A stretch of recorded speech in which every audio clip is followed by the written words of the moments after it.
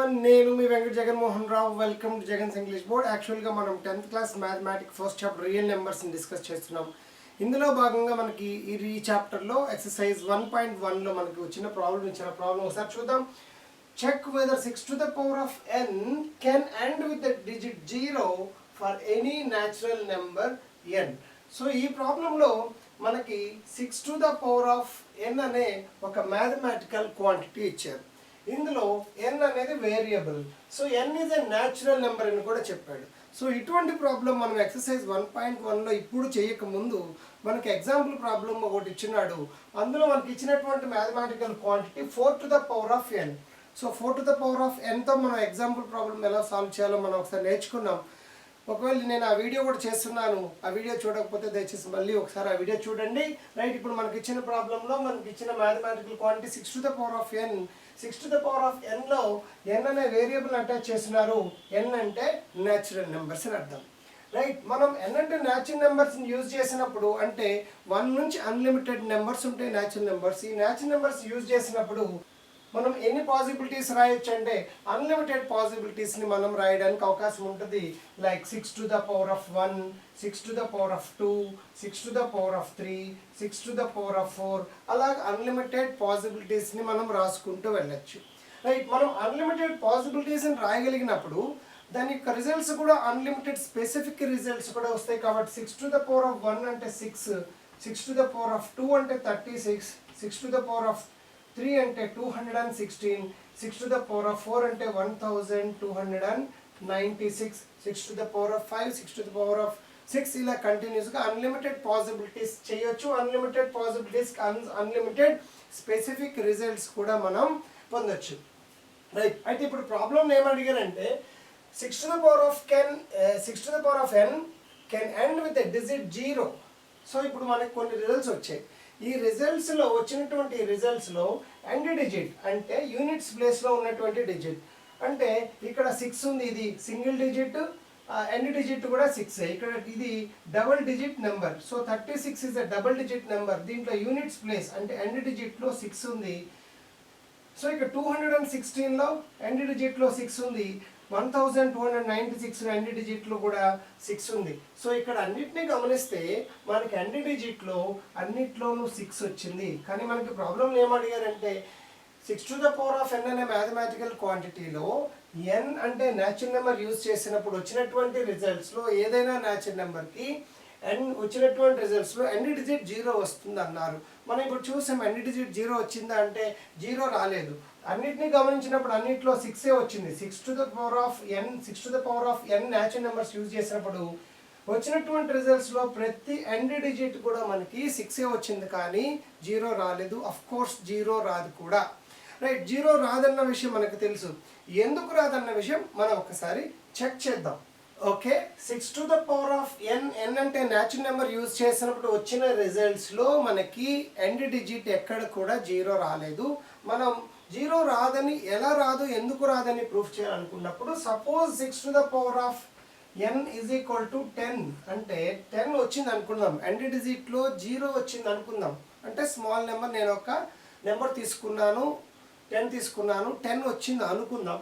10 వచ్చిందంటే 10ని మనం product of prime నెంబర్స్గా రాయగలిగినప్పుడు దాన్ని 2 into 5, 2 5s are 10 రాసుకోవచ్చు. అంటే 10 ప్రొడక్ట్ ఆఫ్ ప్రైమ్స్గా రాసినప్పుడు 2 into 5 లాగా మనం రాయవచ్చు.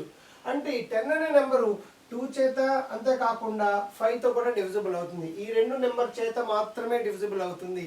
లేదా 10 అనే నెంబర్ ఖచ్చితంగా 5తో డివిజిబుల్ కావాల్సిందే. Right, 6 to the power of n suppose 30 వచ్చింది అనుకుందాం. ఎండ్ డిజిట్లో 0 వచ్చినప్పుడు నేను 30 అనే నెంబర్ వచ్చిందని ఊహించినప్పుడు 30ని మనం ప్రొడక్ట్ ఆఫ్ ప్రైమ్స్గా రాస్తే 2 into 3 into 5గా మనం రాసుకోవచ్చు. 2 3s are 6, 6 5s are 30 వచ్చింది. రైట్, ఇప్పుడు 30ని మనం ఎలా రాసుకున్నాం? ప్రొడక్ట్ ఆఫ్ ప్రైమ్స్గా 2 into 3 into 5గా రాసుకున్నాం. అంటే 30 అనే నెంబరు 2 చేత 3 చేత అండ్ 5 చేత కూడా డివిజిబుల్ అవుతుంది తప్ప వేరే ఏ ఇతర ప్రైమ్ నెంబర్స్తో కూడా డివిజిబుల్ అవ్వదు.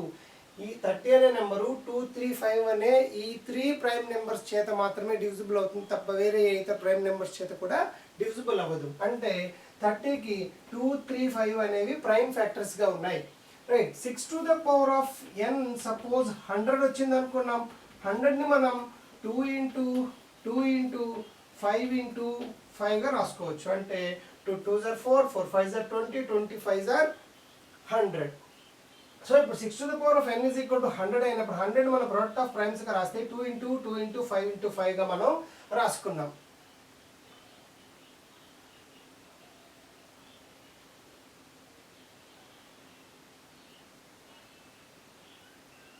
ఓకే, ఇప్పుడు ఇక్కడ 6 to the power of n 10 ఉన్నప్పుడు 6 to the power of n 30 అనుకున్నప్పుడు 6 to the power of n 100 అనుకున్నప్పుడు ఇక్కడ ఈ 3 నెంబర్స్లో కూడా ఎండ్ డిజిట్ 0 ఉంది. ఈ 3 నెంబర్స్లో కూడా ఎండ్ డిజిట్ 0 ఉంది. 0 ఉన్నప్పుడు ఎండ్ డిజిట్లో 0 ఉన్నప్పుడు కంపల్సరీగా దీనికి 2 and 5 అనేది ప్రైమ్ ఫ్యాక్టర్స్గా ఉన్నాయి. అలానే 30కి కూడా 2, 5 అనేవి ప్రైమ్ ఫ్యాక్టర్స్గా ఉన్నాయి. అలానే 100కి కూడా 2 and 5 అనేవి కంపల్సరీగా ప్రైమ్ ఫ్యాక్టర్స్గా ఉన్నాయి. అంటే ఎండ్ డిజిట్ 0 రావాలంటే అక్కడ తప్పకుండా 2, 5 అనేవి కంపల్సరీగా అక్కడ ప్రైమ్ ఫ్యాక్టర్స్గా ఉండాలి. రైట్, మనం 6 to the power of nని 2 into 3 to the power of n అని రాసుకుందాం. సో 6ని మనం ప్రోడక్ట్ ఆఫ్ ప్రైమ్స్గా రాసినప్పుడు 2 into 3గా మనం రాసుకోవచ్చు. సో 6కి ప్రైమ్ ఫ్యాక్టర్స్ 2 into 3 అంటే 6ని మనం 2 and 3 అనే ఆ 2 ప్రైమ్ నెంబర్స్ చేత తప్పితే వేరే అయితే ప్రైమ్ నెంబర్స్ చేత కూడా మనం డివైడ్ చేయలేం. 6ని ప్రోడక్ట్ ఆఫ్ ప్రైమ్స్గా రాసినప్పుడు మనకి 2, 3 అనే ప్రైమ్ నెంబర్స్ మాత్రమే వస్తున్నాయి. 5 అనే ప్రైమ్ నెంబర్ ఇక్కడ ఎక్కడా లేదు. కానీ 100 ఇక్కడ ఎండ్ డిజిట్లో 0 రావాలంటే కంపల్సరీగా మనకి 2, 5 అనే రెండు కూడా కంపల్సరీగా ప్రైమ్ ఫ్యాక్టర్స్గా ఉండాలి.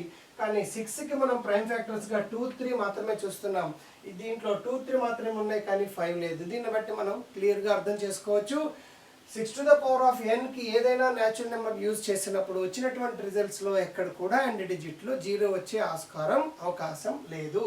రైట్, ఒకసారి మనకి ఇక్కడ ఇచ్చినటువంటి ఎక్స్ప్లెనేషన్ ఒకసారి చూద్దాం. If the number 6 to the power of n for any n were to end with the digit 0, then it would be divisible by 5. So 6 to the power of nకి end digit 0 రావాలంటే తప్పకుండా అక్కడ 5 అనేది 5తో అది divisible అవ్వాలి. ఇక్కడ మనం చెప్పుకున్నట్టు. Right, that is the prime factorization of 6 to the power of n would contain the prime 5. So prime factorization చేసినప్పుడు అంటే ప్రోడక్ట్ ఆఫ్ ప్రైమ్స్గా రాసినప్పుడు తప్పకుండా అక్కడ 5 అనే ప్రైమ్ నెంబర్ ఉండాలి. సో 0 వచ్చినప్పుడు 5 ఉంది, ఇక్కడ 0 వచ్చినప్పుడు 5 ఉంది, ఇక్కడ 100లో 0 ఎండ్ డిజిట్ 0 వచ్చినప్పుడు కూడా మనకి 5 అనేది ప్రైమ్ ఫ్యాక్టర్గా ఉంది. కానీ this is not possible because 6 to the power of n is equal to 2 into 3 to the power of whole to the power of n. So 6 to the power of nని మనం 2 into 3 whole to the power of n లాగా రాసినప్పుడు మనకి 5 అనేది ఇక్కడ మనకి prime ఫ్యాక్టర్గా లేదని మనం చాలా క్లియర్గా మనకి అర్థమైంది. So the uniqueness of the so the only primes in the factorization of 6 to the power of n is 2 and 3. So 6ని prime factorization చేసినప్పుడు లేదా ప్రోడక్ట్ ఆఫ్ ప్రైమ్స్గా రాసినప్పుడు మనకు వచ్చినటువంటి ఫ్యాక్టర్స్ రెండే 2 and 3, 2, 3 మాత్రమే ఉన్నాయి. సో 5 అనేది లేదు. దాని అర్థం ఏంటంటే so the uniqueness of the fundamental theorem of arithmetic guarantees that there is no 5 as a prime in the factorization of 6 to the power of n. So 6 to the power of n factorize చేసినప్పుడు మనకి 5 అనేది miss అయింది. So there is no natural number n for which 6 to the power of n ends with the digit 0. కాబట్టి 6 to the power of nలో n ప్లేస్లో మనం natural numbers వాడినప్పుడు ఎట్టి పరిస్థితుల్లో కూడా వచ్చినటువంటి రిజల్ట్స్లో ఎండ్ డిజిట్లో 0 వచ్చే ఆస్కారం లేదు. సో ఈ ప్రాబ్లం మీకు అందరికీ అర్థమైంది అనుకుంటున్నాను. రైట్.